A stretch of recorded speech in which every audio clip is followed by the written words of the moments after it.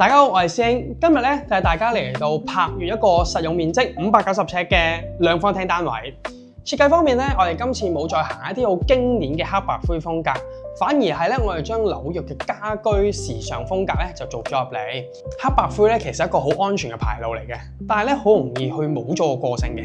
而我哋認識嘅屋主咧，今次咧係一個有溫度得嚟，同時好有文化背景嘅屋主啦。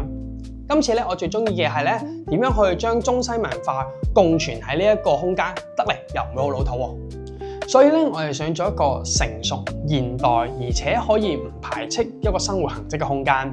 而紐約嘅家居風格咧，佢重點唔係在於顏色，而係在於線條比例同埋軟裝之間嘅配搭。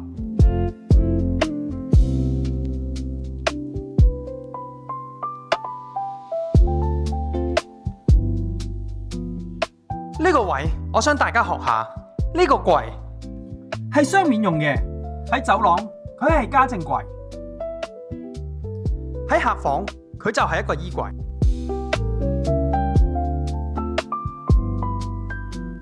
開放式嘅衣櫃，佢最大價值唔係在於我哋想要嘅收納，而係可以令到成個空間有流動性，光線可以入到嚟，視線依然可以通過，人就會住得舒服啦。